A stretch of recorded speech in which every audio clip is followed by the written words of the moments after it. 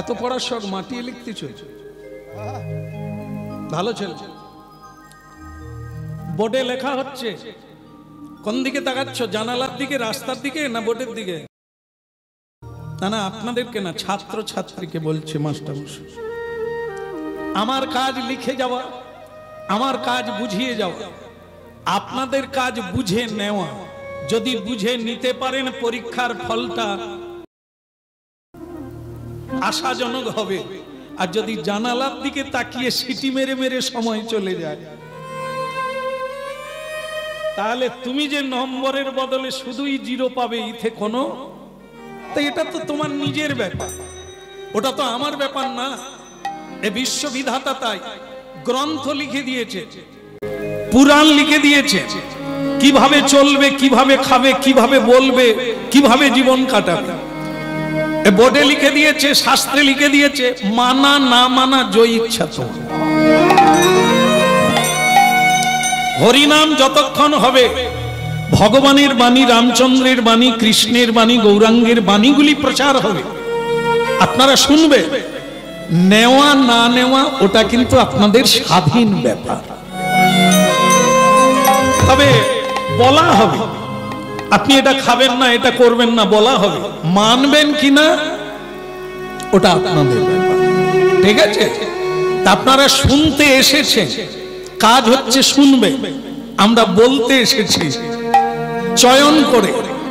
বাগানে ফুল বিভিন্ন ভাবে হয়ে থাকবে, তাকে তুলে এনে সুন্দর করে যে গাঁথতে জানে তার নাম মালিনী, শিল্পী। বিভিন্ন শাস্ত্র থেকে সঞ্চয় করে মানব কল্যাণের বাণীগুলিকে বলে যাব শুরু থেকে শেষ পর্যন্ত। আপনাদের নিয়ে মালা গাঁথতে হবে, সে দায়িত্বটা আপনাদের। সুতরাং কে কিভাবে গ্রহণ করবেন সেটা আপনাদের বিষয়। আমরা কিন্তু শুরু করলাম ভগবানের বাণীগুলি আপনাদের কাছে পৌঁছে দেওয়া প্রচারকের কাজ, কীর্তনিয়া, ভাগবত বেত্তা, সাধু সন্তদের কাজ। তো সেটা আমরা করে যাচ্ছি। আপনাদের নেওয়ার কাজ নেবেন কিনা, ছাড়বেন কিনা, সেটা আপনারা ঠিক। বলো রাধা মাধব কি, কৃষ্ণ কন্হৈয়া কি। দিল্লি, নিউ দিল্লি, বর্তমানে ভারতের রাজধানী নিউ দিল্লি, যমুনা নদীর তীর। ওই জায়গাটা ইতিহাসের পাতায় লেখা আছে হস্তিনাপুর।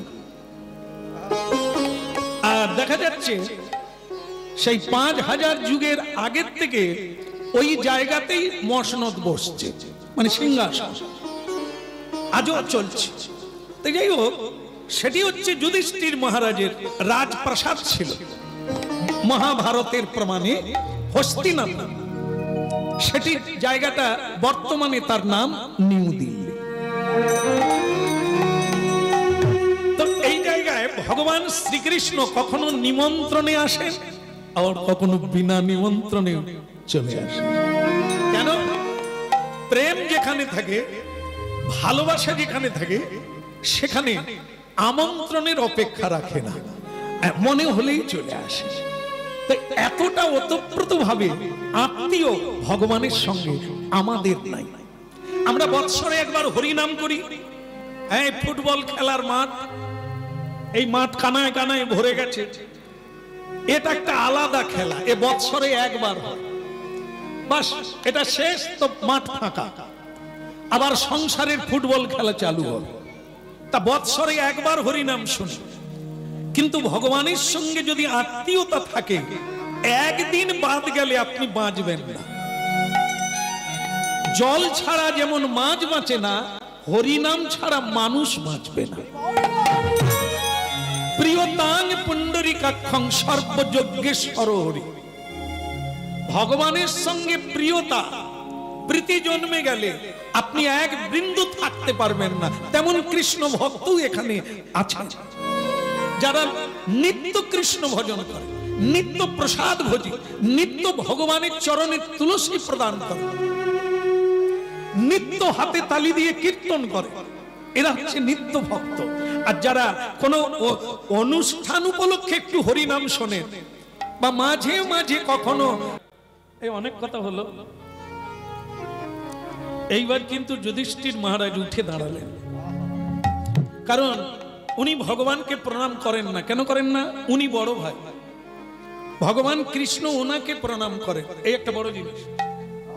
ভগবান কৃষ্ণ যখনই হস্তিনাপুরে আসেন, এই যুধিষ্ঠির মহারাজকে হাঁটু গেড়ে প্রণাম করেন, পায়ে হাত।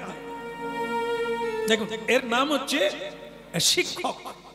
আর শিক্ষার্থ মে কো পুরুষ পুরাণ, আপনি আচরি ধর্ম জগতে শিখায়। ধ্যান দিয়ে শুনবে। আজকে আপনাদের দুঃখের কারণ আপনারাই, কারিগর আপনারা। এ সমাজ গড়েছেন আপনারা, সংসার তৈরি করেছেন আপনারা। কি দিয়ে তৈরি করেছেন? কেন তো দুঃখ পাচ্ছেন? সন্তান কার? ও তো আপনার। আপনি কিভাবে তাকে গড়ে তুললেন? আজকে লক্ষ্য রাখবেন, মা বাবাই বাচ্চাদের ব্যাগ বয়, বয় কিনা? স্কুলের ব্যাগ বয় না? মা বাবা, দাদু ঠাকুমা,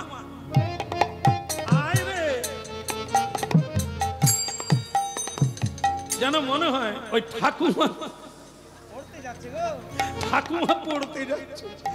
এই ছোট্ট থেকে বাচ্চাদের এত সুন্দর করে নার্সারির মতো পড়াচ্ছে, চারা গাছকে যেভাবে তুলে। কিন্তু এরাই এত কষ্ট। আমি আজকে হরিনাম শুনতে যাবেন না? না না, পরীক্ষা। কার? আপনার? না না, আমার মেয়ে। তা মেয়ের পরীক্ষা, আপনি টেনশন করছেন কেন? বলে কি যে হবে। আমি মেয়ে কোথা? বলে সে ঘরে। ঘরে একবার জানালা দিয়ে দেখবেন, সে সমানে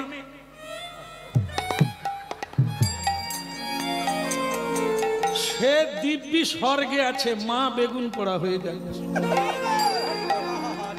মা বাবা না খেয়ে, না দেখে, না শুনে কি যে হবে। আরে তোমার তো পরীক্ষা নয়, যার পরীক্ষা সে টেনশন করবে। সে পড়ায় মুখ গুজে দিয়ে, সে তো গুজে দিয়ে বসে আছে। হ্যালো বিম, পরীক্ষা চলছে, কানেকশন হয়ে গেছে। আর এরা বেগুন পড়া, পরীক্ষার সময় বেগুন পোড়া খায় না। এ মা বাবা বেগুন নিজে পড়া হয়ে যায়। একটু বুঝেন বুঝেন বুঝেন। এত যদি করলেন, তবু মেয়েটা না বলে পালিয়ে গেল। আপনাদের বোধহয় এখানে ওইরকম চাল নাই। হায় সর্বনাশ, এখানেও তাই। আমি ভাবি আমাদের ওখানটাই বোধহয় খারাপ হয়ে গেল। হায় সর্বনাশ, এত কষ্ট করে ব্যাগ বয়ে বয়ে পড়াচ্ছি, তবু সটকে যাচ্ছে। তাহলে আর কি করে মানুষ করবে? দেখে, মা বাবা হয়ে আমরা তাকে কিভাবে তৈরি করলাম যে আমাকেই না বলে পালি, আমাকেই কাঁদিয়ে চলে গেল। এরই নাম কীর্তন। এটার এখনো গোড়া খুঁজে পাই না, আসল জায়গাটা কথা, কেন আমাদের কাঁদতে হয় সেটাই চল। যুধিষ্ঠির মহারাজ, আপনি এরকম মুখ ঝরা করে বসে আছেন। এইবার যুধিষ্ঠির মহারাজ বলা শুরু করলেন। কি বললেন সে কথাটাই শুনুন। এই যে ভগবান কৃষ্ণ তাকে বললেন, আপনি মুখ ঝরা করে বিষণ্ণ হয়ে বসে আছেন কেন? এই কেনর উত্তর দেওয়া শুরু করলেন। কিভাবে? কৃষ্ণ, যদুপতি, তুমি খুব বলতে জানো, তাই না? ভালো করে বলতে পারো। বচনং মধুরম, বচনম মধুরম, বদনম মধুরম। তোমার দিকে যে তাকায় সে অন্যদিকে তাকাতে পারে না। তোমার কথা যে শোনে তার আর অন্যের কথা ভালো লাগে না। তুমি তো সেই জাদুঘর না? কিন্তু আমি ভুলবো না, তোমার জন্যই আজ আমার এত দুঃখ। সে তোমার জন্য। আমার চোখের জলে বিছানা ভিজে গেল।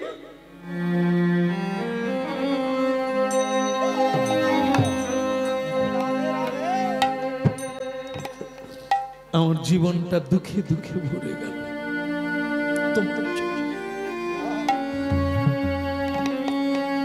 কৃষ্ণ, আমি রাস্তায় বেরোতে পারি না। এই যে কুরুক্ষেত্রের যুদ্ধ হয়ে গেল,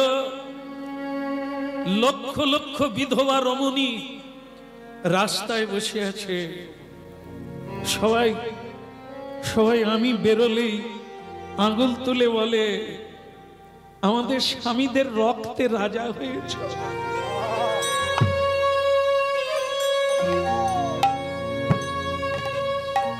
আমাদেরকে সাদা কাপড় পরিয়ে তুমি রাজা হয়েছ, ভালো। আমাদের বাচ্চারা বাবা বলতে পারে না, বাবা নেই।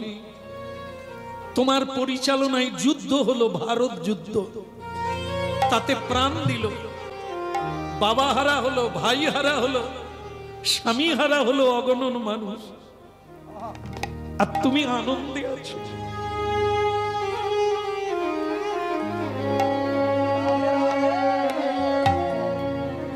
আজ তোমার জন্য আমি কাঁদছি, তোমার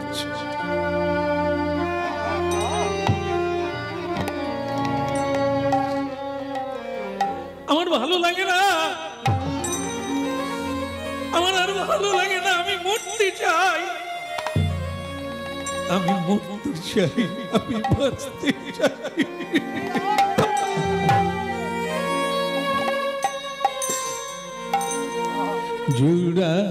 জুড়াইতে চাই কোথায় জুড়া,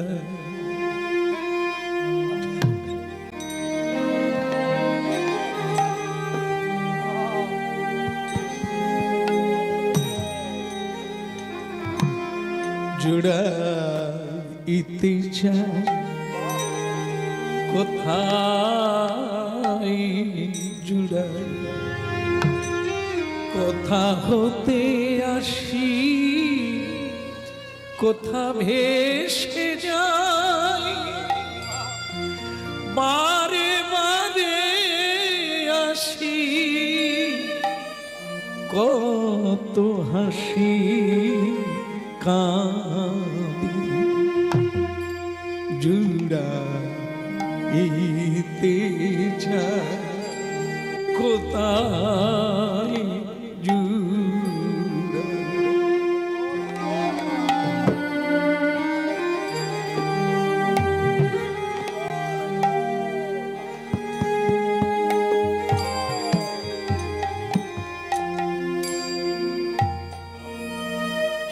মহারাজ, আমি দোষী হলাম, দোষী তুমি নও।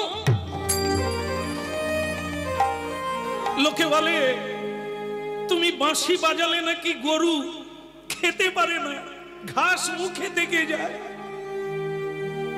লোকে বলে তুমি বাঁশি বাজালে যমুনা উজনে চলে যায়, ঋষি মুনির ধ্যান ভেঙে যায়, কুলবধূ কুল ছেড়ে চলে যায়, পাথর গলে যায়। তা তুমি পারলে না যুদ্ধটা বন্ধ করতে? তোমার ইচ্ছা না হলে নাকি গাছের পাতা নড়ে না?